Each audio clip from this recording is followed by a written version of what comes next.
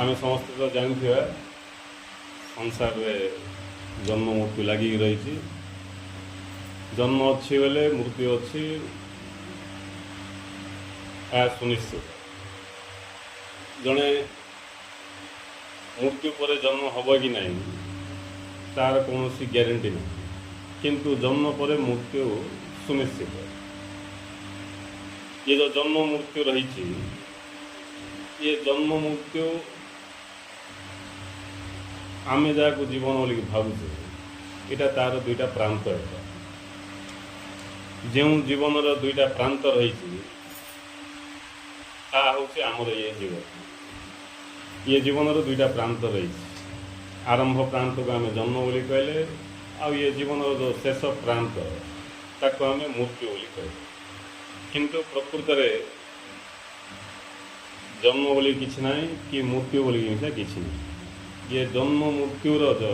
मध्यवर्ती अवस्था ताको आम जीवन बोल बुझा,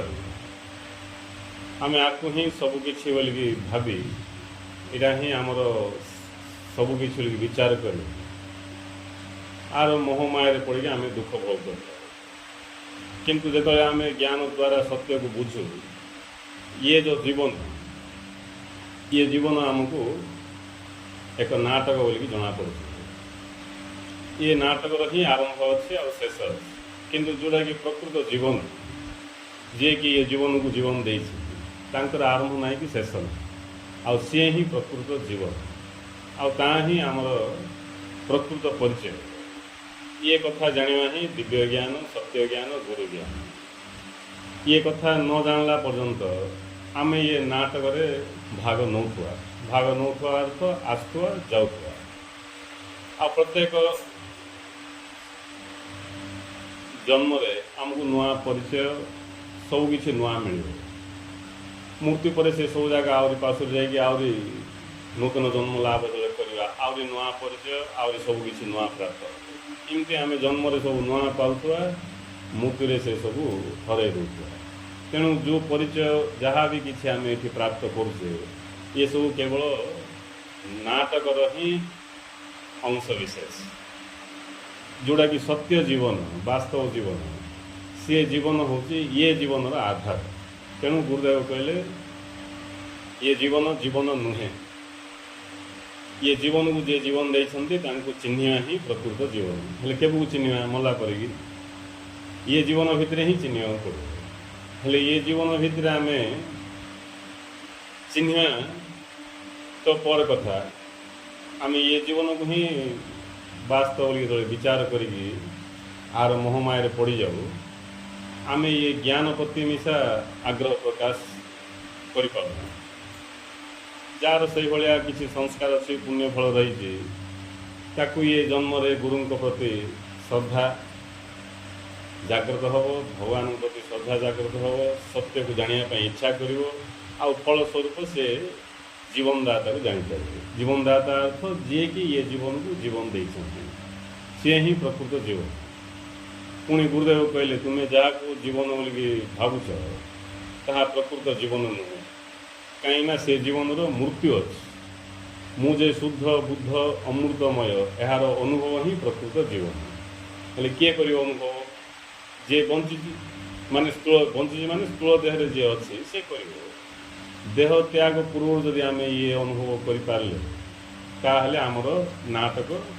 शेष हो, आम ये नाटक बाहर को पड़े। जदि आम जीवन काल भितर नाटक का वास्तव विचार कर रही गले बोले आम ये नाटक को बारंबार आसुवा आठ नाटक होता। नाटक भितर सुख दुख हानि लाभ जोटा कि अनावश्यक नहीं। इठो सुख भी आमको आवश्यक नहीं, इठो दुख भी आमको आवश्यक नहीं। इठो कौन सी जिनस आमको किसी कम आसो, आमर स्थिति अलग, इठो विषय वस्तु अलग। जमती कौन सी जगह नाटक हो नाटक जी भूमिकार अच्छी, जी भी भूमिकार अच्छी, से नाटक विषय वस्तु अलग, से भूमिकार जी अच्छी तार विषय वस्तु अलग। धन्य आम कौटी नाटक करते आम जो भूमिकार अच्छे से भूमिका सहित आमर किसी नवा दवा ना, आम केवल से भूमिकार अभिनय करते मात्र। किंतु अज्ञानता बसत तार मोह मायर पड़ी बोले निजर बोलिकी विचार करी जो आम तार से भूमिकार मोह मायर पड़ जाऊँ से आम ये बांधि आ बांधि बाध्य आम आमको आवश्यक ना जिनस जाक धरिकी ये घाटी बोलूँ तेणु एत सब ज्ञान न आसला पर्यंत समस्ते बोलते नहीं एवं आम गाइले दिए दिव्य ज्ञान दिए भक्ति ज्ञान तुम ठारे प्रभु रो मन प्राण गाइले सीना मन प्राण रोच कि सीटा हूँ मुख्य कथा जार मन प्राण रहा क्या सत्य ठारे भगवान ठारे से प्रकृत जीवन ठारे ता जीवन ही धन्य हो कहीं से ये काल्पनिक जीवन रू बाहर की वास्तव जीवन में प्रवेश हो जो जीवन कि मृत्यु ना जो जीवन अभिव्यक्ति ये संपूर्ण विश्व तेणु ज्ञान को आश्रय कले जाए आम ये सब कथा को बुझीपर आ निजर मंगल कर निजर जीवन जो जीवन को आम वास्तव बोलिकी विचार कर मोर बोलिकी विचार कर प्रकृत में वास्तव ना कि आमर ना अन्य एक शक्ति अच्छी जी कि ये जीवन को जीवन दे तेणु आम जहाँ मु मोर बोलिकी जीवन तमाम भाविक अच्छे ता विषय आमर किसी भी धारणा नहीं मात्र मु मोर बोलिकी आम कहे किसी भी धारणा नहीं आम केमती बंचीचे केमती जन्म हेले आमर ये शरीर तैयारी केमती है सब खंजा केमती है यहाँ केमती चलती नहीं ये सब विषय आमको किसी नहीं खाई दूचु सीना कहीं खाऊ भोक केमती हो खाइले जीर्ण केमती हो नहीं जीर्ण हो पुणी से सब अस्थि मजा रक्त सब केम तैयारी होमर शरीर केमती वृद्धि हो ये सब विषय आम किसी जानू सब तार से चलती हेल्ले आम केवल एति जे यहाँ मोटा बोलिक आम भावी खाली एति आमर भावना यहाँ मोटा आ समस्ते से खाऊँ तेणु आमको कौन लगुच ये सब ठीक भाया लगुच मु भी भावुँ मोटा बोलिकी अन्य भी भावुँ मोर बोलिकी तेणु आमको ये सब ठीक लगुच जिते आम सत्य ज्ञान वृद्धि हम आमको जना पड़ो जे ये जीवन आमर ना ये आमर बोलिकी किसी भी ना कि आम मिशा ना आम माने जो व्यक्ति नहीं तांकर मिशा किसी अस्तित्व ना अस्तित्व जार अच्छी ही कही कहगला भगवान बा परमात्मा परमेश्वर इन सब ना दिया सी ही प्रकृत सी होती जीवन स्वरूप जीवन केवे मृत्यु ना जार मृत्यु अच्छी से जीवन जमी निआ के ठंडा हेनी निआ के ठंडा हे कि ठंडा निआ कौटी मिलूँ ठंडा निआ आउ सापना गुड़ मिल गुड़ बोले तो तार स्वभाव मीठा सापना केमती हम नहीं लुहा जदि गरम हो ठंडा हो पार बाकी जोटा गरम हो ठंडा हो पार किंतु निआ के ठंडा हो पार कहीं निआ गरम होनी निआ स्वभाव ही गरम जो निआ से गरम थी सेमती जीवन के मृत्यु रूपांतरित हम जीवन से आ जो जीवन मृत्यु अच्छी से प्रकृत जीवन नुह सीटा हूँ ये लीलार विषय से जो महाजीवन रही से महाजीवन यहाँ हूँ अभिव्यक्ति हेल्ले ये सब ज्ञान क्या लाभ हम मनीष सृष्टि एत प्राणी अच्छा सबु प्राणी भितर मनीष हूँ श्रेष्ठ नहीं मनीष को छाड़े आ ये ज्ञान क्या प्राप्त हो ये सृष्टिर ये जीवन रहस्य किए जापर आउ जो मनीष ये रहस्य जानापी योग्य जो तार ये जन्म से मनीष आपको छाड़ी बाकी सब जान नहीं मनीष पाखे जो क्षमता अच्छी आम सी जीवन को जाना छाड़ देगी आम ये जो ड्रामा भितर जो सब विषय वस्तु रही पचर आम दौड़ तार परिणाम स्वरूप आम आनंद अनुभव करने बदल में दुख शांति पीड़ा इत्यादि भोग करी आम ये विदाय पुणी आसु रिटर्न ये आहरी जाऊँ ये जीवा आसिया पाला चलती थरे जदि आम टिके शांत होगी श्रद्धार सहित सत्य को जानापी इच्छा करवा ताहले धीरे धीरे आमको ये जीवन वास्तव परिचय आमको प्राप्त हो जाए आम जीवन धन्य हो धन्य हम अर्थ आम जेकोसी परिस्थिति मिशा आम सुख शांति आनंद रहीपर आम मृत्यु को प्राप्त हवा मृत्यु को प्राप्त हवानी अर्थ मरियानी मर किंतु से आम जाणी मरिया जे मृत्यु शरीर अच्छी मोर ना आम जापर तेणु गीतार कहला जाना लोक के दुख करते ना शोचंती पंडिता नहीं जी भी जानदेला ये रहस्य को दुख कर अवकाश ना अवकाश नहीं किए गोटे ड्रामा कर ड्रामा सरला तार साजसजा जब बाहर करदेव बोले किए कांदी किए कांदी आ सी भितर मिशा जो कांद था मिशा सत कांद ना अभिनय से नहीं तेणु आम जो दुख अनुभव कर तार पचर कारण रही अज्ञान अज्ञानता जो आम जीवन को बुझन आम जीवन जीवाटा खराब कर जीवाटा आमर खराब हो जीवाटा खराब हो मरियाटा भी खराब हो जी भलरे जीव से भलरे मर भलरे मरिया अर्थ रोग व्याधि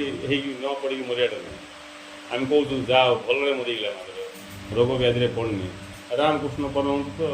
कैंसर रे पड़ी बहुत दिन कौन कहीं से अवस्था रही से सुदेह त्याग कले रामकृष्ण परमहंस भलरे मरना नहीं भलरे मरिया अर्थ शरीर भलरे थी मरिया भलरे मरिया अर्थ मृत्यु को जाणी मरिया मृत्यु को सी एका जापर जे कि जीवन को जापर जीवन को सी एका जापर जे मृत्यु को जापर जे मृत्यु को जापर से जीवन को जापर जे जीवन को जापर से मृत्यु को जापर तेणु प्रथम ये मृत्यु को जी जान मृत्यु आसी कौन कर भल भाव देखिए आम किए मरीगला घरे किए मरीगला कौटी किए मरीगला आम ताक नौचे कौन जहाँ कि करवा कथा समाज प्रथा अनुसार कर पलासिले नहीं आउ कौटी कौटी किए किए टे कहले कि लाभ नहीं कौन नेला किस किसी ना सब छाड़ी किंतु ये कथा आम देखुने जो मृत्यु आसुची पूरा स्वप्न उठले जमी आम रात स्वप्न देखुचे सब जाक पूरा सप्तका भाया लगुच नहीं भिकारी स्वप्न चक्रवर्ती हो स्वप्न देखिए हेल्ले स्वप्न जो चक्रवर्ती हो जाऊे सका उठिकी सी भिक मागियाटा बंद करदे मु तो राति चक्रवर्ती हो जाइली आए कहीं क्या द्वार को जी मो द्वार को जी आसो देवी बोलिक भाविक बस नाई निदर उठा सागे सागे तार चक्रवर्ती सब जहाँ थी सब गला ए से पलि आसला तार रियलिटी आहरी शुई पड़े आहरी स्वप्न देखिए सेमती ये जो जीवात्मा रही भगवान कृष्ण कहले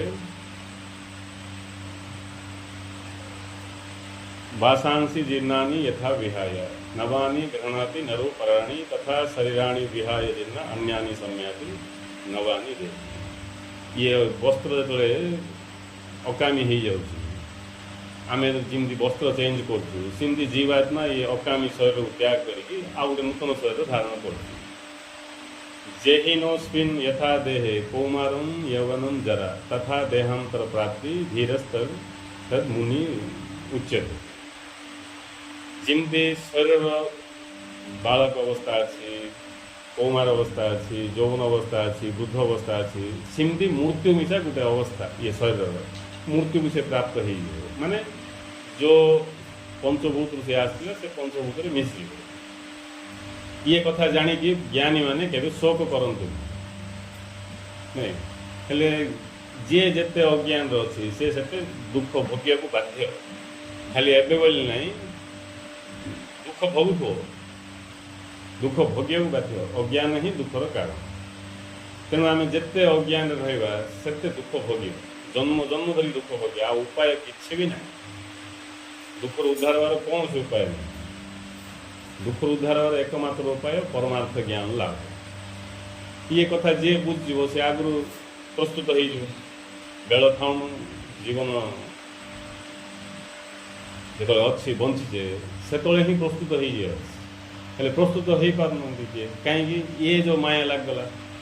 अज्ञान मोहमाया लगगला एमती होगा सब देखिए कर नहीं मुझे किए बुझो ये कथा इमती भी लगुच ना ये सब जगह लगे देख पूरा सृष्टिटा ऑटोमेटिक चलती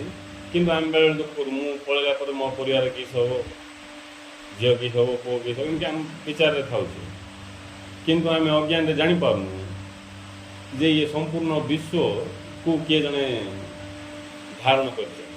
ये संपूर्ण विश्व कार इच्छा चलती कार आज्ञा चलती किए ये संपूर्ण विश्वर ख्याल रखिं बोले समस्त ख्याल रखिं ये कथा आमको जना पड़नी जना पड़ो कि ज्ञान आसो ज्ञान आसो कि जाना इच्छा कले तो जाना इच्छा न कले ज्ञान आएबनी ज्ञान न आइले आमको किसी जना पड़ोनी बुझे कि जना पड़ोनी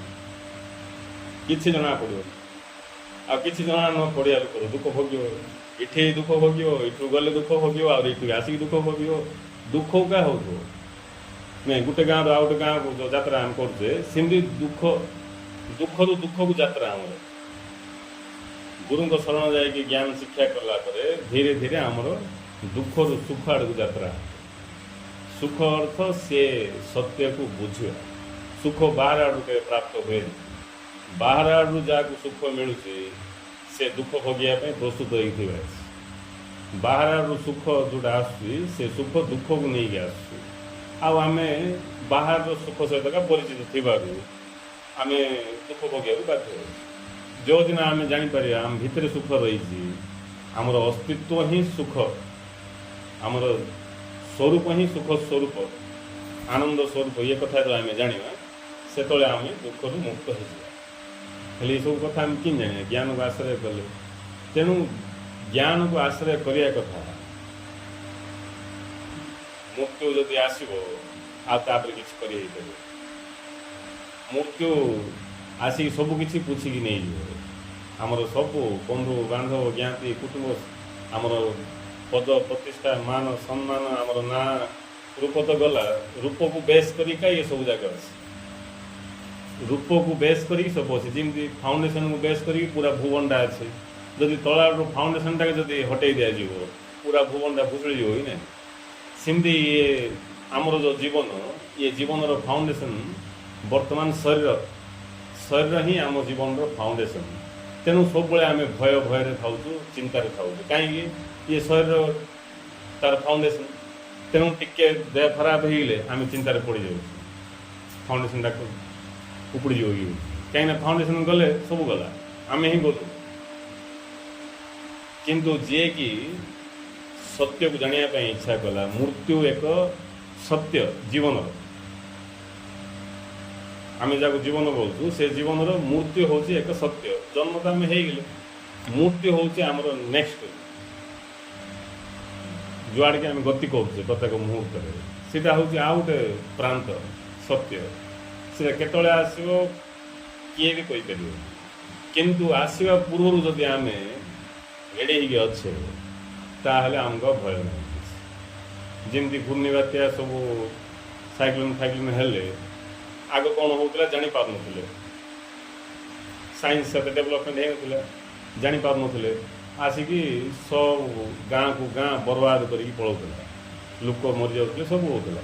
किंतु बर्तमान साइंस आगु जान दे हाँ ये समय भितर सी आसो लैंडिंग कर दूर से बुलो यह सब हम तेणु से लोक ता पूर्व ही कौन अलग जगह को निया जहाँ जहाँ सब सामान पत्र लगे सब अन्य जगह को सिफ्ट कराई परिणाम स्वरूप कि घूर्णिबाती आसार काम तो से कर नहीं जे आम उपाय अटकई पार आसो सीना आम क्षति करें कहीं आम ता पूर्व जानदेव ठीक सेमती मृत्यु आसो ये कथा जे भूली जाइए से मृत्युर कबल पड़ जाए किंतु मृत्यु जब आगु आम जाणीदे बोले आम मृत्यु रक्षा पाइबार संभावना अच्छे तेणु मृत्यु को समस्ते जानते मात्र किए जानूना जे मृत्यु को जान से मृत्यु कल रक्षा पाइब गुरु आमको से मृत्युर ज्ञान प्रदान कर सहित अमृतर ज्ञान प्रदान कर अमृतर स्वाद चाखिया हेले मृत्यु को जाना ही पड़े जे आखि खोलिक मृत्यु को जापारा मृत्युर सामना कला फेस टू फेस मृत्यु सहित जार साक्षात्कार है सी एका अमृत पान करने सक्षम आ बाकी कार भी क्षमता ना अमृत पान कर मृत्युर सहित जे सम्मुखीन है जे मृत्यु को मृत्यु पूर्व ही कलई नेला निजे बोले मरीज ना मूर्ति पठेला बेले मरिया आगु से मरीगला बोले मृत्यु को से बुझीगला जे जहाँ मु जीवन बोली भावुँ से मृत्यु से जीवन ना से सेकेंड सेकेंड आम मरुचे जो तेल पूरा सर दीप ऑटोमेटिक लगी नहीं ए दीप लगी सरी सरी जाऊ तेल सरी सरी जाऊँ जो पूरा तेल सरीपर दीप आउ जलिबन लिभिज सेमती आमर जी आम नहीं आसचे परमायु से जन्म हवा पर ठारू सरी सरी जाऊँ जो पूरा सरीपर आमर आ ना कौन करा ए देख आम साधारण लोक मृत्यु ना शुणिले डर लगुच मृत्यु ना शुणिले डर लगुच मृत्यु गोटे अशुभ भाया लगुच किंतु मृत्यु हूँ परम मंगल मृत्यु परम मंगल जे मृत्यु को जाणिकी जीव से अमृत प्रवेश हो परम मंगल जे न जाणिकी जदि से मूर्ति को बुझी पारला किछि आम जानिया मूर्ति पूर्व जन्म पूर्व कार किसी असुविधा थिला कि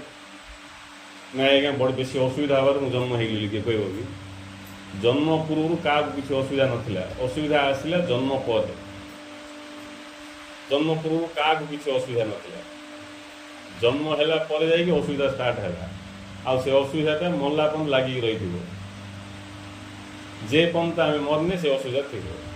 पूरा मरीगले सब जाक असुविधा समाप्त हो पूरा मरनु संत कबीर कहते मारो मारो सब कोई कहे मरना ना जाने कोई एक बार ऐसा मारो दूसरे बार मरना ना हो मृत्यु मरीगला मरीगला समस्त कहते किंतु मरियाटा कौन किए जानना इमिति मर जे तुमको आउ थोड़ा मरिया पड़ो एबे आम जो मृत्यु कथा हो केवल शरीर मृत्यु आमर जो संस्कार रही आमर जो भाव रही से सबू जमती सेमती सेफ्टी रे तारी किछि किए हाथ लगे पारे सीटा बड़ जाग्रत अच्छे से संस्कार ही जन्म हो नहीं आमे भी जन्म होनु आमे अज्ञान भावुचे मु मरीगली मु पितृलोक पलैबी कि मु कुआड़े जाऊनी कि कुआड़े आसुनी मु जन्म हैनी कि मरबी मिशा मु जो भावटा को धारण कर जो भाव सहित मोर तादात्म्य अच्छी से भाव प्रकट हवाटा को जन्म बोली कहगला से भाव जो पूरा आहरी अव्यक्त को पलैला शरीर नष्ट हो कि अन्य कौन कारण हो आम मृत्यु बोली कहले प्रकृत में जन्म मृत्यु आत्मार ना आत्मा अजन्मा अमर किंतु आम से कथा जानले तो खाली एमती आत्मा अजन्मा अमर बोली कहले हो ना कौन नहीं आम से कथा बुझे अच्छे एवं देख जी आम जानू से जानू आम गुड लोक मरीगला मरीगला तो सरीगला कहीं एत सब श्राद्ध श्राद्ध सब कराऊ से तो मरीगला मरीगला तो सरीगला कहीं कराऊ तार अर्थ से अच्छे जार आम करे अस्तित्व अच्छे हेले अस्तित्व अच्छे मरीगले केमती नहीं जड़े मरीगला श्राद्ध कराऊ कि जहाँ किसी अंत्येष्टि क्रिया सब कराऊ बोले थिबार तो कराऊ अच्छी बोली तो कराऊ हेले अच्छी बोली मरीगले केमती जदि अच्छा किए आज पर्यंत आम देखुलु क्या आम जहाँ देखुलु शेष श्मशान होगा किंतु जे अच्छा सी किए सी किए हेले देखिए आम जानदे जे मोर भी दिने शरीर नष्ट हम ता पूर्व मु किए मु जानदेवी ये संकल्प आम भितर जागृत हेले आमे मूर्ति को बुझला जदि ये संकल्प आम भितर ना सत्य को जानियार निज को जानियार ताहले आमे मूर्ति को जानी पारले ना एपटू जानी पारले ना सेपटू जानी पारले को पटू जानी पारले एपटू अर्थ मूर्ति उपर जिंदी इति आमे किछि भी धरी जाई परिया सबको किछि रही हो एठी ये कथा भी से बुझिपारे सेपटू अर्थ मृत्यु पर भी से आम अस्तित्व अच्छी गुरुदेव कहते मृत्यु पर जीवात्मा मु बोलिक परिचय दूसरी सीठी रूप ना मात्र मु बोलिक परिचय दूसरी से जीवात्मा को आहरी भाग भाग करदे शेष आहरी कि रही जाऊँ कि रूप बोली कह कि गुण बोली कह भाषा ना सी ही प्रकृत में सत्य सी ही सब रूप को धारण कर जीवात्मा दृष्टि आम समस्ते भिन्न भिन्न किंतु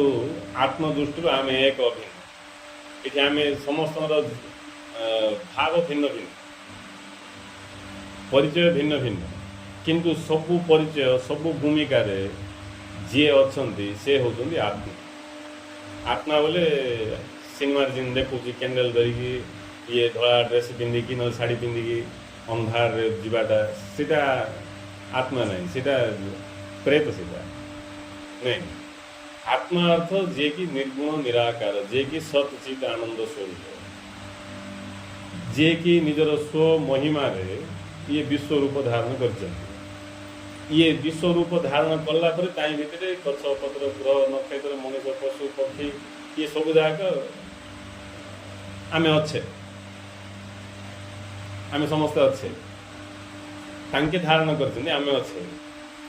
नहीं ये जो आम अच्छे यहाँ केवल मृत्यु पर्यंत का अच्छी मृत्यु पर आमर अस्तित्व नाई मृत्यु पर जीवात्मार अस्तित्व अच्छी से आम जीवात्मा को आम मु बोली भाविया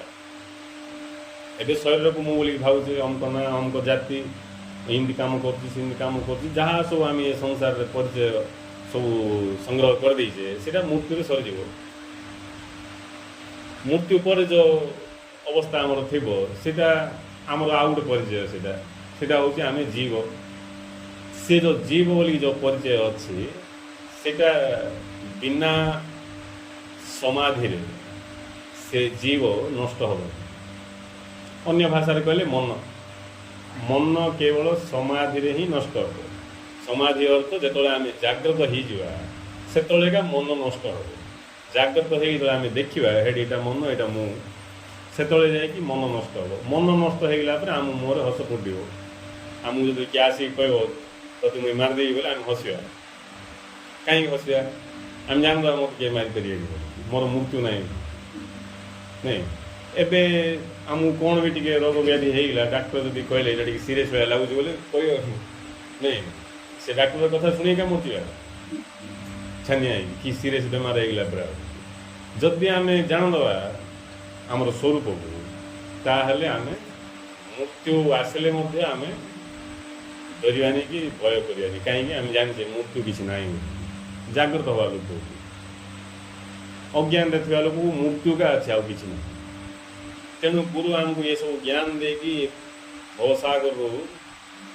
कौन उद्धार करने आसला बेलू आम जदि जाना इच्छा करवानी आमर ही क्षति नहीं आमर ही क्षति आम जब जाना इच्छा करवा ताहले आम संपूर्ण रूपे जानले तो भल ना आमर ज्ञान बढ़ला किसी भी जदि आम भाव स्तर गले बोले नेक्स्ट जन्म को सीठू आरंभ हो नेक्स्ट जन्म कम छिंडी ना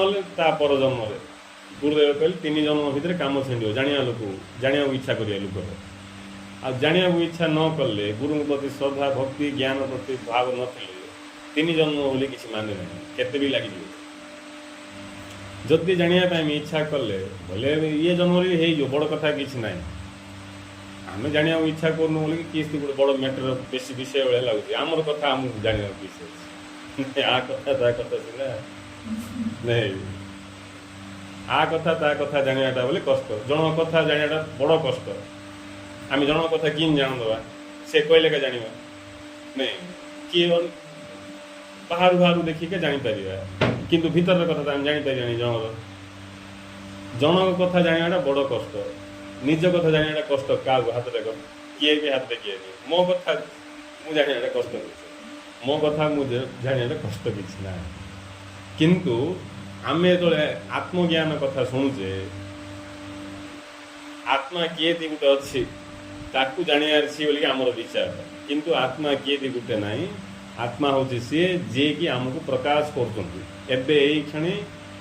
तांकर उपस्थिति रे का ये शरीर कौन प्रवचन दौर तांकर उपस्थिति रे का आमर ये अलग अन्य शरीर जाक शुणुची तांके का अच्छे याड़े कहते सियाड़े शुणुं बुझे सब तांकर खेल से आत्मार खेल तेणु आत्मा बोली आम जहाँ कहले सी हूँ सत चित आनंद स्वरूप नहीं गुरुदेव अमृतबिंद कहले तुम स्वरूप यह नुहे कहले एवं जी अमृतबिंद पढ़ुची ये कथा बाजिया कथा कि नहीं बोले मन छुआ कथा कि नहीं पढ़ी जब छुनी बोले से पढ़ाटा वेस्ट जदि क्या छुईगला से कथा बोले होगला कम आ छुईगला कथा बोले होगला कम छुनी नहीं तुम स्वरूप यहाँ नुहे मुझे जन जा कहीदी तुम घरे तुम बापा ये ना बोलिकी कहीदी पड़े से तुम रहो कि तुम रहो किए तो बापा ये ना तो माँ ये ना बोली मुझे कहीदी पलैबी बोले शुणी जन तुम रही जी कहले ता पछरे पड़ जाओ कौन कौन आप कहले आंकी मोर बापा माँ ना कौन प्रमाण अच्छे कि ये कथा कहले डिटेल्स पचारे ना जदि आंकी मोर बापा माँ ना मो बापा माँ किए मत देखा चिन्हा प्रमाण दिंतु जाना चाहिए ना किए कहीपर लोकटा सत भी कहू जदि लोकर कथार सत होन्य को लोक को बापा माँ बोली भावी सहित दिन कटौथी आस कि तो जिज्ञासा उदय हम ना गुरु आमको कहले तुम स्वरूप या नुहे बोली कह सागे सागे कौन आमर स्वरूप से भी कहले तुम्हें सत चित आनंद स्वरूप हेले प्रॉब्लम हूँ अज्ञानता हेले अज्ञान अंधकार पड़ी निजक जापार हेले कौन कर सुतरां ज्ञान दीप जालिक निज स्वरूप को जानी धन्य हुए नहीं ये कथा बुद्धदेव गोटे पॉइंट छुई जावर से एका माटू घर द्वार छाड़ी पड़े मामूल घर द्वार नहीं टीण घर कि घर राजनहर नहीं इमती ना प्रॉब्लम थिला तो सब सुख सुविधा सब नहीं जोटा भी दरकार डजन का जोटा भी दरकार सेटा गणागण नहीं असंख्य मात्रा पाखे भोग विलासर सामग्री थिला चक्रवर्ती फ्यूचर फ्यूचर किसी ना कि फ्यूचर चक्रवर्ती कि फ्यूचर समस्त चक्रवर्ती हाँपी जाऊँगे चक्रवर्ती स्टेज अच्छा कि आवश्यक नहीं आम जहाँ भी करते कोटाधिपति अरबपति खरबपति हाँपी कर कि महापति हो बस कि आवश्यक से खाली थी जोटापाई दुनिया धाऊँगी दिन राति कौन मुंडर झाड़ तुंडे मारिक परिश्रम कर नहीं बोले एत परिश्रम झाड़ गाड़ी तुंडे पशि जाए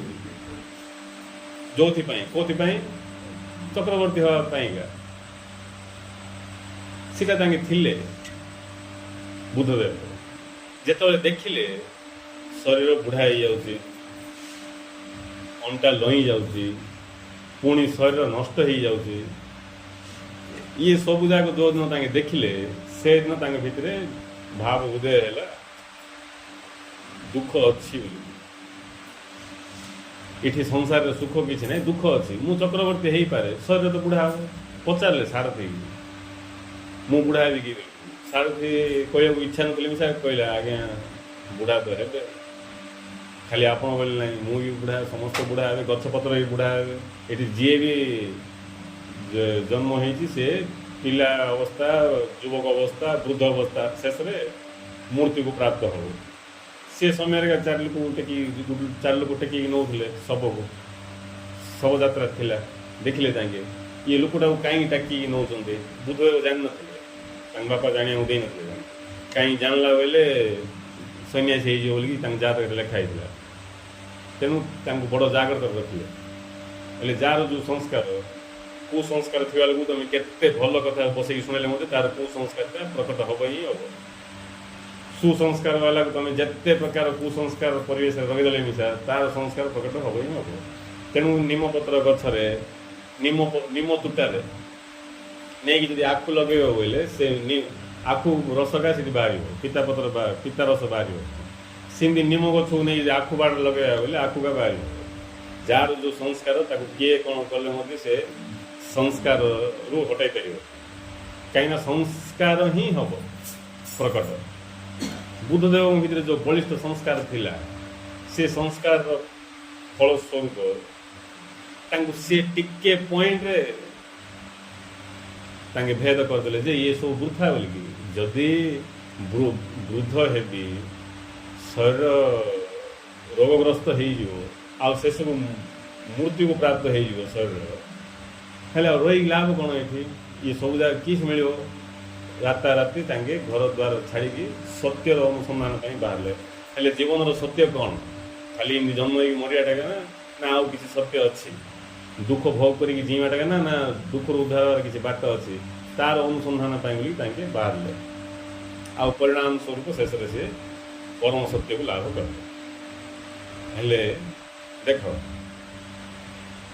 ଆମେ ଗୁରୁଙ୍କ ପାଖରୁ ଏତେ କଥା ଶୁଣୁଛେ, ଆହୁରି ଆମେ ଗୁରୁଙ୍କ ପ୍ରତି ମୋର ଶ୍ରଦ୍ଧା ଭକ୍ତି ଆଉ ପ୍ରେମ ରହିଛି ବୋଲିକି କହୁଛେ। ଯଦି ଗୁରୁଙ୍କ ପ୍ରତି ଆମର ଶ୍ରଦ୍ଧା ଭକ୍ତି ପ୍ରେମ ଭାବ ଅଛି, ଗୁରୁଙ୍କର ବାକ୍ୟ ଆମକୁ ଛୁଇଁବାକୁ ପଡ଼ିବ, ଛୁଇଁବାକୁ ବାଧ୍ୟ। ଗୁରୁଙ୍କର ପ୍ରତ୍ୟେକ ବାକ୍ୟ ଆମକୁ ଛୁଇଁବ, ଆଉ ଛୁଇଁବାର ଫଳସ୍ୱରୂପ ଆମର ଜୀବନ ଚେଞ୍ଜ ହେଇଯିବ। ହେବ କି ନାହିଁ? ଜୀବନ ଚେଞ୍ଜ ହେଇଯିବାର ଅର୍ଥ ଆମେ ଅନ୍ଧାରରୁ ଆଲୋକ ଆଡ଼କୁ ଯିବା। ଦୀକ୍ଷା ଦେଲା ବେଳକୁ ଗୁରୁ କହିଲେ ଆଜି ମୁଁ ତୁମର ମୁହଁଟା ଆଲୋକ ଆଡ଼କୁ ଚଲିଗଲି। ଆଲୋକ ବୋଲେ କେଉଁଠି ଲାଇଟ୍ ଲଗେଇକି ସିଆଡ଼େ ଅନ୍ୟ ଆଡ଼େ ନାଇଁ କି? ଆଲୋକ ଆଡ଼କୁ ଅର୍ଥ ଯେମିତି ଆଲୋକରେ ସବୁ ଦୁଷିବ। ଏବେ ଲାଇଟ୍ ଲିଭେଇ ଦେବା ବେଲେ କିଛି ଦୁଷିବ, କ'ଣ କେଉଁଠି ଅଛି କିଏ କେଉଁଠି ଅଛି କିଛି ଦେଖାଯିବ। ଆଲୋକ ପ୍ରଜ୍ୱଳିତ ଥିବାରୁ ସବୁ ଦେଖାଯାଉଛି। ସେମିତି ଆମେ ଅଜ୍ଞାନ ଅନ୍ଧକାରରେ ଥିବାରୁ ଆମକୁ କିଛି ଜଣାପଡ଼ୁନି। ଆଖି ଯାହା ଦେଖୁଛି ସେଇଟାକୁ ଆମେ ଭାବୁଛୁ ସତ ବୋଲିକି, କାନକୁ ଯେଉଁଟା ଶୁଭୁଛି ସତ ଭାବୁଛୁ, ନାକକୁ ଆମର ପଞ୍ଚ ଇନ୍ଦ୍ରିୟକୁ ଯାହା ଜଣାପଡ଼ୁଛି ଆମେ ତାକୁ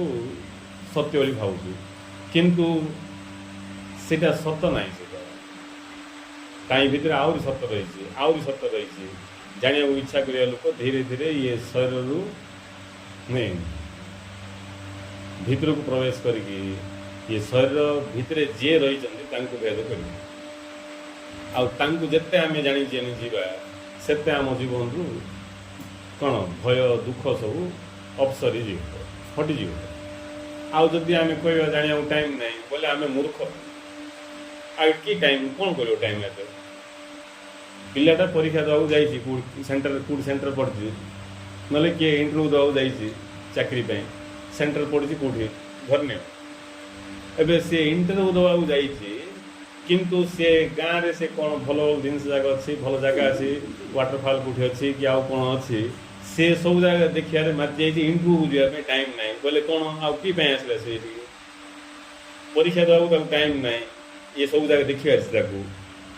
ବୋଲେ ସେ ଗାଁକୁ କାହିଁକି ଗଲା? ସେ ଯେଉଁ ଲକ୍ଷ୍ୟ ନେଇକି ସେ ଯାଇଛି, ସେ ଲକ୍ଷ୍ୟ ପୂର୍ଣ୍ଣ କଲା ପରେ ତାପରେ ବୁଲ କୁଆଡ଼େ ବୁଲୁଛି। ସେ ଲକ୍ଷ୍ୟକୁ ପୂର୍ଣ୍ଣ ନ କରିକି ବୁଲିବାଟା ଚାଲିଛି। ଲକ୍ଷ୍ୟ ଯଦି ପୂର୍ଣ୍ଣ ହେଇପାରିଲାନି ବୋଲେ ଆମେ ମୂର୍ଖ ନାଇଁ। ହଁ ଯାହା ହଉ ସେ ପିଲାଟା ବୁଲିବାକୁ ଯାଇଥିଲା, ଆଜ୍ଞା ପାସ୍ କରିଦିଅନ୍ତୁ, ଚାକିରି ଦେଇଦିଅନ୍ତୁ ଆଜ୍ଞା, ଆସିଥିଲା ତ ସେ ଗାଁକୁ ବୋଲି କହିବେ କି? ସେଠି ଆଉ କିଛି ନାହିଁ। ନେକ୍ସଟ ଆଉ କେବେ ଗଲେ ନାଇଁ, ନେକ୍ସଟ ଆହୁରି ସିନ୍ଧିକା କଲାବେଳେ ଆହୁରି ଆହୁରି ଆହୁରି ସିନ୍ଧିକି ପାଦ ପାଚିଯିବ ହବନି। ତେଣୁ ନାଇଁ ଆମେ ସମସ୍ତେ ଟିକେ ବିବେକରେ ବିଚାର କରିବା ଉଚିତ ନାଇଁ। ଯିଏ ସତ୍ୟକୁ ଜାଣିକି ଜିଇଁବ ସେ ଏକା ଜିଇଁବ, ଆଉ ବାକି ସବୁ ଜିଇଁଲା ଭଳିଆ ଥିବେ, ଜିଇଁ ନଥିବେ କୁଆଡ଼େ ଜିଇଁବ? ଜିଇଁଲା ଭଳିଆ ଦୁଶୁଛି। ଏବେ ଯେମିତି ଇଏ ଘରଟା ଲାଇଟିଂ ହେଇ ଦୁଶୁଛି, ଲାଇଟିଂ ହେଇ ଦୁଶୁଛି କାହିଁକି ନା ଲାଇଟ୍ ଲାଗିଛି ବୋଲି। ଲାଇଟ୍ ଲିଭେଇଗଲେ କାନ୍ଥ ମାନେ ଦୁଶିବେନି। ହେଲେ ଇଏ ଯେଉଁ କାନ୍ଥ ଦେଖାଯାଉଛି, ଏ କାନ୍ଥ ତାର ଲାଇଟ୍ ନାହିଁ, ସେଟା ତାର ପ୍ରକାଶ ନାହିଁ, ସେ ତାର ପ୍ରକାଶ ନାହିଁ, ସେ ଅନ୍ୟର ପ୍ରକାଶରେ ପ୍ରକାଶିତ। ସେମିତି ଆମର ଶରୀର,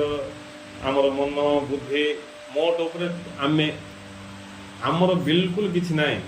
ଅସ୍ତିତ୍ୱ କା ନାହିଁ। ଆମ ଭିତରେ କିଏ ଗୋଟେ ଶକ୍ତି ଅଛନ୍ତି ଯିଏକି ଆମକୁ ପ୍ରକାଶ କରୁଛନ୍ତି, ଆଉ ଯିଏ ମୋତେ ପ୍ରକାଶ କରୁଛନ୍ତି ସେ ଏକା ଇଏ ବିଶ୍ୱକୁ ପ୍ରକାଶ କରୁଛନ୍ତି। ଏମିତି ନାହିଁ ଯେ ମୋତେ ପ୍ରକାଶ କରିବା ଲୋକ ଭିନ୍ନେ, ଆପଣଙ୍କୁ प्रकाश करिया लोक भिन्ने रोड रे बुलिया बुला कुकुर को प्रकाश करिया लोक भिन्ने कुकुर को प्रकाश करिया लोक मते प्रकाश करियो सिमती कौन कौन दुनिया आगे कुकुर सहित मत समान करदे नहीं सिंधी हम कि एबे कुकुर खाऊ से पाखे आम बस खाया देवे बोले आम भल लगे भल लगे किंतु सत कथा आम कांथ सीना टेकी देजे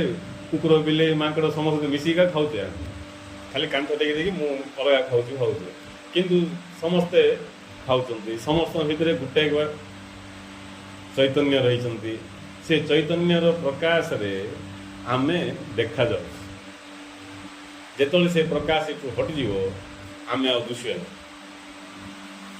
हेले आमको जो लगुच थिला बेलिया इटा केवल आमर सीधा कल्पना से जो दिन आम जाना चाहिए से दिन आम जाना बुझा जे मु ना से अच्छा से माने अन्य एक शक्ति जहाँ गुरुदेव कहले मोर बोलिकी भावी समस्ते ये जीवन को रोग शोक दुख मुक्त करके सुखी होगा चाहती एवं मोर बोलिकी मुझे भावुँ मुझे रोग मत हे प्रभु रोग व्याधि न हो मोर सब कम सक्सेस हो जाऊ माटी रे हाथ पकड़े सुना हो जाऊ नहीं इमती आ ना कौन तुम आम जो जीवा मंदिर फंदिर जो भी आश्रम को मिसा किसी ना खाली दियो का नहीं मो कथा बुझ मो कथा बुझ बोलिकी जी भगवान को प्रार्थना कर ज्ञान नहीं मो कथा बुझ बोलिकी जी भगवान को प्रार्थना कर ज्ञान नहीं कहीं आ मो कथा बुझे तांके तो बुझुंट आ किए बुझ मोर किसी अच्छी अस्तित्व जो दिन आमको ये ज्ञान हो से दिन आम भगवान को मो कथा बुझ मो प्रति देख नहीं मो प्रति तुम कृपा दृष्टि था ये सब किसी भी कह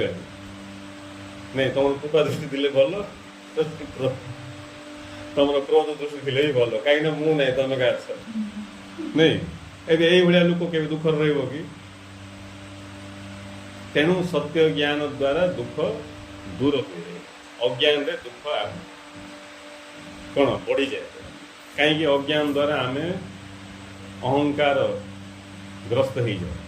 6 नंबर वाक्य गुरुदेव कहते अज्ञानता बसत बोले अज्ञान बशवर्ती हो जीव निजक सर्वे सर्वा मन करे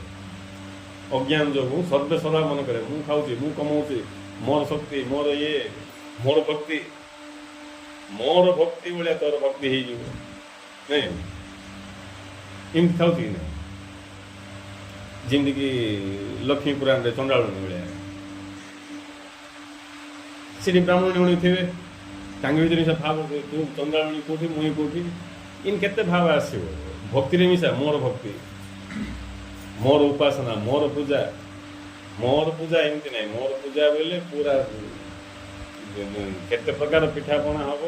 केते कौन हम कहीं अहंकार ये सब जाक अज्ञानतार बशवर्ती होगी प्रकट हो गुरुदेव कहले अज्ञानता बसत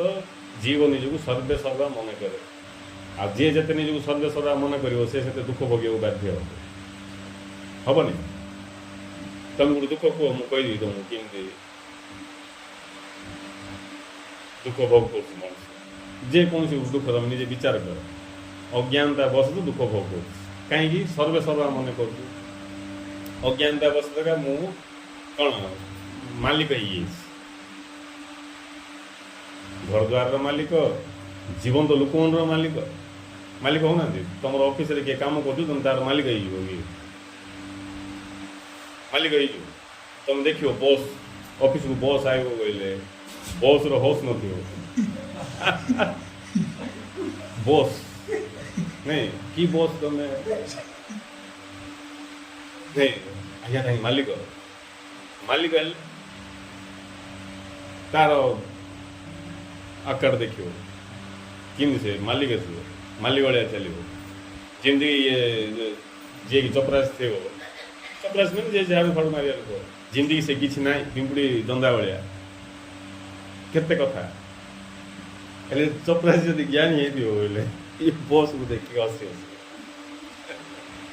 सेमती आम मालिक ही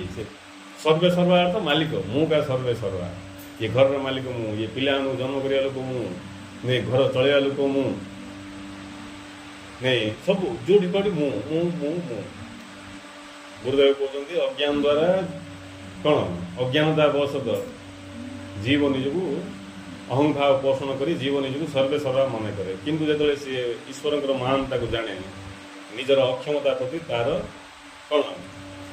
କ୍ରମେ କ୍ରମେ ସେତିକି ଦୃଢ଼ ବିଶ୍ୱାସ ଜନ୍ମେ, ସେ ନିଜକୁ କ୍ଷୁଦ୍ରରୁ କ୍ଷୁଦ୍ରତର ମନେ କରେ। ଯିଏ ଭଗବାନଙ୍କର ମହାନତାକୁ ଜାଣିବ, ଭଗବାନଙ୍କର ମହାନତାକୁ ଜାଣିବ, କିଏ ସେ ଭଗବାନ ତାଙ୍କ ପାୱାର କ'ଣ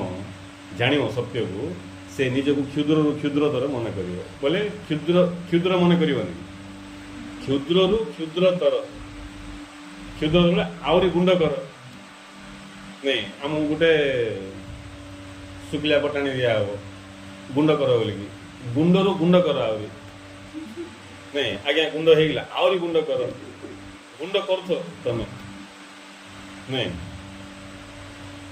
କ୍ଷୁଦ୍ରରୁ କ୍ଷୁଦ୍ରତର ଅର୍ଥ ଆମେ କ୍ଷୁଦ୍ର ଆହୁରି କ୍ଷୁଦ୍ର ଆହୁରି କ୍ଷୁଦ୍ର, ଏମିତି ହେଇ ଲାଷ୍ଟକୁ କ'ଣ ହେବ, ଆମର ଆଉ ଅସ୍ତିତ୍ୱ ନଥିବ। ଗୁରୁଦେବ କହୁଛନ୍ତି ଯେତେବେଳେ ସେ ଭଗବାନଙ୍କର ମହାନତାକୁ ଜାଣେ, ତାର ଅକ୍ଷମତା ପ୍ରତି ତାର କ୍ରମେ କ୍ରମେ ସେତିକି ବିଶ୍ୱାସ ଜନ୍ମେ, ଆଉ ସେ ନିଜକୁ କ୍ଷୁଦ୍ରରୁ କ୍ଷୁଦ୍ରତର ମନେ କରେ। ଯିଏ ଯେତେ ନିଜକୁ କ୍ଷୁଦ୍ର ମନେ କରିବ, ସିଏ ସେତେ ବୃହତ୍ ଶକ୍ତିର ଆଶୀର୍ବାଦ ପାଇବାକୁ ଯୋଗ୍ୟ ହେବ। ବୃହତ୍ ଶକ୍ତିର ଆଶୀର୍ବାଦ ପାଇବାର ଯୋଗ୍ୟତା କାହାର ଅଛି ବୋଲେ, ଯିଏ ନିଜକୁ କ୍ଷୁଦ୍ର ମନେ କରୁଛି। ଆଉ ଯିଏ ନିଜକୁ ଗଭର୍ଣ୍ଣର ଭାବୁଛି କିଛି ମିଳିବନି, ଦୁଃଖ କା ମିଳିବ, ଦୁଃଖ କା ପୁଡ଼ା ପୁଡ଼ା ଆସୁଥିବ, ଫୁଲି ଖାଉଥିବ। ନାଇଁ କିନ୍ତୁ ଯିଏ ନିଜକୁ କ୍ଷୁଦ୍ରରୁ କ୍ଷୁଦ୍ରତର ମନେ କଲା, ସେ ବୃହତ୍ ଶକ୍ତିର ଆଶୀର୍ବାଦ ପାଇବାକୁ ଯୋଗ୍ୟ, ସିଏ ବୃହତ୍ ବୋଲିକି ବିବେଚିତ ହେବ। ଯିଏ ନିଜକୁ କ୍ଷୁଦ୍ରରୁ କ୍ଷୁଦ୍ରତର ମନେ କରିବ, ସିଏ ବୃହତ୍ ବୋଲିକି ବିବେଚିତ ହେବ, କାରଣ ସେ ମହତ୍ ଶକ୍ତିର ଆଶୀର୍ବାଦ ପାଇବାକୁ ଯୋଗ୍ୟ ହେଇଯାଇଛି। ମହତ୍ ଶକ୍ତିର ଆଶୀର୍ବାଦ ଯିଏ ପାଇବ, ସେ ନିଜକୁ କ'ଣ ନିଜର ବାସ୍ତବ ପରିଚୟକୁ ଜାଣିପାରିବ। ନହେଲେ ଇଏ ଅହଙ୍କାରର ବଶବର୍ତ୍ତୀ ହେଇକି ଦୁଃଖ ଭୋଗ କରୁଥିବ। ହେଲେ ଇଏ ସବୁ ଜ୍ଞାନ ଆମକୁ କାହିଁକି ଦେଉଛନ୍ତି? ଗୁରୁ ଟାଇମ୍ ପାସ୍ ପାଇଁ। ଯଦି ଆମେ ଗୁରୁ ଟାଇମ୍ ପାସ୍ ପାଇଁ ଦେଉନାହାନ୍ତି, ଆମେ ଟାଇମ୍ ପାସ୍ ପାଇଁ ଯଦି ଏ ଜ୍ଞାନ ଗ୍ରହଣ କରିବା, ଆମକୁ କିଛି ମିଳିବନି। ଭଲ ଟାଇମ୍ଟା ପାସ୍ ହେଇଗଲା, ଏମିତି ଟାଇମ୍ଟା ପାସ୍ ହେଇ ଲାଷ୍ଟକୁ ହଠାତ୍ ଗୋଟେ ଦିନ ଯମରାଜା ପଳାଇଲେ, ଆଉ ଯାଉଛି ବୋଲି କହିବା ପାଇଁ ବି ସେ ଟାଇମ୍ ନାହିଁ। ମୁଁ ଯାଉଛି ବୋଲି କହିବା ପାଇଁ ନାହିଁ, ହଠାତ୍ ତମେ ନଥିବ ଆଉ। ନାଇଁ ତେଣୁ ଇଏ ଯେଉଁ ଜୀବନ ଆମକୁ ପ୍ରାପ୍ତ ହେଇଛି, ଇଏ ଜୀବନକୁ ବୃଥା ନଷ୍ଟ ନ କରି ଘରଦ୍ୱାର ଛାଡ଼ିବାକୁ ଦରକାର ନାହିଁ। ବୁଦ୍ଧଦେବ ଛାଡ଼ିଲେ, ସେ ତାଙ୍କର ନିୟତିରେ ଥିଲା। ସେଟା ଆମକୁ ଘରଦ୍ୱାର ଛାଡ଼ିବାକୁ ଦରକାର ନାହିଁ, ପୁରା କିଛି କରିବାକୁ ଦରକାର ନାହିଁ। ଧୀରେ ଖାଲି ଦେଖିଦେବା, ସତ୍ୟଟାକୁ ଧୀରେ ଦେଖିଦେବା। ଏଇଟା ଅରିଜିନାଲ ସିଂହ ନାହିଁ, ସିମେଣ୍ଟରେ ତିଆରି ସିଂହ ବୋଲି ଜାଣିଦେବା। ବୁଝିଲେ, ତା ପାଖକୁ ଯାଉନ, କାହିଁକି ରିସ୍କ ବୋଲେ ସେ ବି ଅଜ୍ଞାନରେ ଅଛି। ଦୌଡ଼ଟା ସାପ ଭଳିଆ ଦୁଷି, ଅନ୍ଧାରରେ ଲାଇଟ୍ ପକେଇକି ଦେଖିଲେ ଜଣା ପଡ଼ିଲା ଦୌଡ଼ ନାହିଁ ସାପ ବୋଲିକି, ହେଲା ସାପ ବୋଲିକି ଜଣା ପଡ଼ିଲା ଯେ କାହିଁକି ସେ ପାଖକୁ ଯିବା ଆମେ, ବୋଇଲେ ସେ ସାପ ବୋଲିକି ଜାଣିନି, ଦୌଡ଼ି ବୋଲିକି ଜାଣିନି, ସାପ କା ଭାବୁଛୁ। ନାଇଁ ସେମିତି ଯାହାର ଜ୍ଞାନ ଉଦୟ ହେଇଯିବ, ତାକୁ ଜଣା ପଡ଼ିଯିବ ସାପ ଭଳିଆ ଦୁଷି ସିନା, ସାପ ନାହିଁ, ଦୌଡ଼ିଟା ଏଇଟା। ସେମିତି ଏ ସଂସାରରେ ଏତେ ନାମ ରୂପ ଗୁଣ ଦୁଷି, ଜନ୍ମ ହେଲା ଭଳିଆ ଦୁଷି, ବଞ୍ଚିଲା ଭଳିଆ ଦୁଷି, ମଲା ଭଳିଆ ଦୁଷି। ନା ଏଠି କିଏ ଜନ୍ମ ହେଉଛନ୍ତି, ନା ଏଠି କିଏ ବଞ୍ଚିଛନ୍ତି, ନା ଏଠି କିଏ ମରୁଛନ୍ତି। ଜଣେ ଏକା ଅଛି, ସେ ତା ସ୍ୱମହିମାରେ ଉଠୁଛି ପଡ଼ୁଛି। ଜଣେ ଏକା ଅଛି, ସେ ତା ସ୍ୱମହିମାରେ ପ୍ରକଟ ହେଉଛି, ଅପ୍ରକଟ ହେଇଯାଉଛି, ତଥାପି ସେ ଜିନ୍ଦିଗି ସେମିତି ଥାଉଛି। ବୁଝିଲେ, ସେ ପ୍ରକଟ ହେଲେ ଆମେ କହିଲେ ସୃଷ୍ଟି ହେଇଗଲା ବୋଲିକି, ସେ ଅପ୍ରକଟକୁ ପଳେଇଲେ ଆମେ କହୁଛୁ ପ୍ରଳୟ ହେଇଗଲା ବୋଲିକି। ପ୍ରଳୟ ସୃଷ୍ଟି କିଛି ହେଉନି। ନାଇଁ ସମୁଦ୍ରରେ ଯେମିତି ତରଙ୍ଗ ଉଠିଲା ବୋଲି କିଛି ଗୋଟେ ହେଲା ଭଳିଆ ଲାଗୁଛି, କିଛି ହେଇନି। କି ହେଲା, ପାଣିଟା ଉପରକୁ ଉଠିଲା ସିନା, ହେଲା କି ଆମେ ନାଁ ଦେଇଦେଲେ ଆର ନା ତରଙ୍ଗ ବୋଲି। ତାପରେ ସେ ତରଙ୍ଗ ଯେତେବେଳେ ତାର ଯେଉଁ କାରଣରୁ ଉଠିଥିଲା, ସେ କାରଣ ଯେତେବେଳେ ହଟି ହଟି ଯାଉଛି, ଆହୁରି ସେ ତରଙ୍ଗ ହଟି ଯାଉଛି। ଆମେ କହିଲେ ନାଇଁ ତରଙ୍ଗଟା ପ୍ରଳୟ ହେଇଗଲା, ନଷ୍ଟ ହେଇଗଲା, କି ମରିଗଲା। କିନ୍ତୁ ଏଇଟା ହେଉଛି ଆମର କଳ୍ପନା। ଏଇଟା ଜ୍ଞାନ ଲାଭ କରିବା ଅର୍ଥ ଧୀର ସ୍ଥିର ଭାବରେ ଶାନ୍ତ ହେଇକି ନିରୀକ୍ଷଣ କରିକି ସମସ୍ତଙ୍କୁ ଚିନ୍ହିଦେବା କଥା। ନାଇଁ ସବୁକିଛି ଚିନ୍ହିଦେବା କଥା, ଯେ ଧୀରେ ସ୍ଥିର ଭାବରେ।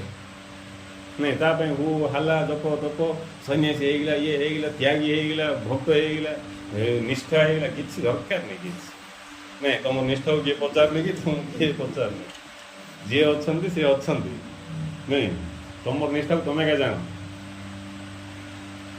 ମହାନ ହେଇଗଲା ବଡ଼ କିଛି ତମେ ନିଜେ ନିଜେ ଜାଣ ନିଜେ ନିଜେ ଜାଣିକି ନିଜେ ନିଜକୁ ଉଦ୍ଧାର କର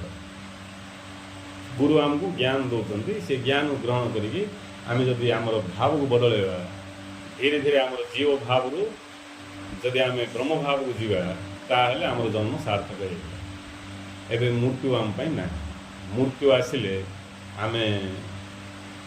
ଦରକାର ପଡ଼ିଲେ ଯମକୁ ଚା ପାଣି ଜଳଖିଆ ପଚାରିବା ଯିବା କି ଆମେ ଯମକୁ ଆମେ କାଉଳି କରିଦେବା ଯିବା କି ଆଜ୍ଞା ଯମ କହିବା ଆଉ 10 ମିନିଟ୍ ଅଛି ଆଉ 10 ମିନିଟ୍ କି ଯିବା ତ ଗଲା 10 ମିନିଟ୍ ରହି କିସ୍ କରିବା ଆଜ୍ଞା ଚାଲନ୍ତୁ ଯିବାକୁ ସନ୍ଥ କବୀର କହୁଛନ୍ତି जा मरने से जग डरे मेरे मन आनंद कब मरूं कब पाऊं पूरन परमानंद हमको यार दिन पत्र भल लगुच तो नहीं मरिगले सब लंडा हो नहीं आमको के मरिक लंडा हमको आम लंडा हो नहीं सी मरिक लंडा होगा आम लंडा हो खर्च करी नहीं किंतु जे ज्ञान द्वारा जागृत हो देखियो प्रकृत में मृत्यु पर ही जीवन तार अर्थ मरला शरीर मरला पर जे बंची थाउनु मरीगला सी ही वास्तव जीवन में प्रवेश हो बाकी गुटेका थी शरीरटा जावाई से सब अनुथे आईला ही ना जम बुझे जम आसला ना नहीं गुरु गुरु जगह विश्राम करते विश्राम कर साइड किए गीत फीत सब हारमोनियम तबला धरी गीत गाऊले वरिष्ठ भाई मैंने किए जाए कहले गुरु रेस्ट नहीं तुम गीत फीत बंद कर जो बंद है गुरु पचारे बंद कहीं ना आज्ञा बंद करदेलु बंद कहीं कल संगीतर मधुर राग शुणिले मत रहा इच्छा होनी गुरुदेव संगीतर मधुर राग शुणिले मत रहा इच्छा लगुनि मोर स्थिति पलैया इच्छा लगे बोले आमको ये मूल्यवान लगुच किंतु जी कि से परम शांति अनुभव कला ताकू ये रहा बड़ मुस्किल कौन ना कौन गोटे विषय को आधार कर रहा जदि सब विषय गायब हो गला बेले रही पारे नहीं आउ रहा पसंद कंटिन्यू गुरु गीत शुणिले से केणिका देह त्याग कर नहीं हेल्ले देख जी अनुभव कर आसिक आमको कहते ये किसी ना बापा सियाड़े अच्छी सियाड़े बोले मरला पर ना मन रखा बोले सियाड़े अर्थ ये शरीर मनर परपारे अच्छी किसी सेठिकी चल विवेकानंद गोटे लेखार पढ़ुली विवेकानंद कहते गोटे कांथ अच्छे गोटे विराट प्राचार्य अच्छे से जो प्राचार्य बड़ विराट कांथ जमी आमर कैदी मन रखापी बड़ कांथ से गोटे विराट प्राचार्य अच्छे से प्राचार्य एका नहीं समस्त अच्छा किए से प्राचार्य की देखुना सियाड़े ध्यान दौना किए जदि भितर से कांथ से कौन अच्छी जिज्ञासा उदय है सी से कांथ चढ़ापी देखो नले इे सब प्रकार विषय वस्तु अच्छी मजिक रहा कथा एत लोक भर जी से कांथ सेकानी कौन अच्छी जानापी इच्छा जे कला सी धीरे धीरे से कांथ चढ़ी से कांथ उपरू गला जी से कांथ उपरू जा सियाड़े कौन अच्छी देखीदेला से सीटी जंप मारदेला सियाड़े आसुनि इे आईबनी से किंतु इमती केत जन अच्छा भितर जी कि कांथ चढ़ी सियाड़े देखला ताकू से जंप मारदा इच्छा लगे इठू कांथ से कानी पलैया पूरा ताकू मिसा भाव उदय है किंतु से देखला अन्य माने अच्छा नहीं जाना कांथ एकानी कौन अच्छी कांथ एकानी जो आनंद परमानंद अच्छी जो अमृत अच्छी ये विषय ज्ञान ना सीटा इाड़ू ध्यान दौना कांथ चढ़ी इे देखापी चेष्टा करना तेणु मुझे या डेई पड़ी खबर किए दब तेणु से कृपा प्रेमवशत दयावशत जहाँ भी कहीपर तांके से सियाड़े न डेउनु सियाड़ अनुभव नहीं कि इयाड़े आउे आसुछन पुनर्बार तांकु ही आमे कहले सद्गुरु बोली तांके ही सद्गुरु जे नहीं पड़े सियाड़े नहीं पड़े किए पचार इयाड़े किए सब किसी असुविधा तो ना जानिया लोक जे भी जानवाला सत्य को से जानते ये सब ड्रामा आगे सब ए से आत्माकार लीला कर किए मरना किए जन्म होना खेलतु भल किए खेलते किंतु ना देखिले नहीं एत लोक दुख मिथ्या हेल्ले भी से दुख भोग हो तो राति आम स्वप्न देखिले कौन स्वप्न देखिले रास्त जाऊे हठात झड़ तूफान होम उपर गछ गोटे पड़गला राति स्वप्न देखुए एसी लगे शुई स्वप्न देखुए गछ गोटे पड़गला गछ पड़ा सागे सागे आम चापी गलु गुड़ हाथ सब खंडिया खावरा होगला किए भी उठा लोक ना आम सेम पड़ी अच्छु से समय सियाड़ू सब जंदा मैंने आसिक आमको कामुड़िया आरंभ कले छटपट हो बेसी पेन हो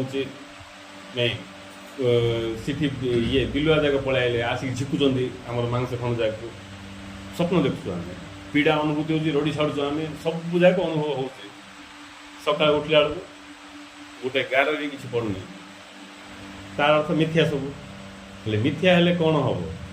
अनुभव तो करूँ आम दुख स्वप्न देखा समय सेटा है से सब मिथ्या है किंतु शुवा अवस्था तो सत से सिमती आम जो दुख अनुभव करूँ जहाँ भी आम ये अनुभव करूँ अज्ञान रही ये सब मिथ्या किंतु जे पर्यंत आम अज्ञान अच्छु ये सब सत आम ये सब जगह अनुभव कर बाध्य दुख तेणु जी कि से कांथ सेकानी कौन अच्छी देखला से डेई पड़ा आड़ा सब इच्छा कलानी से किए किए पुनर्वार इे आसिक अन्य मानक खबर दवा बोलिकी आसते रिस्क नहीं बुझे रिस्क माने ये आए आसु को सुन दे ना कि नहीं को सुन दे गुरु जो दिन परम सिद्धि पाइते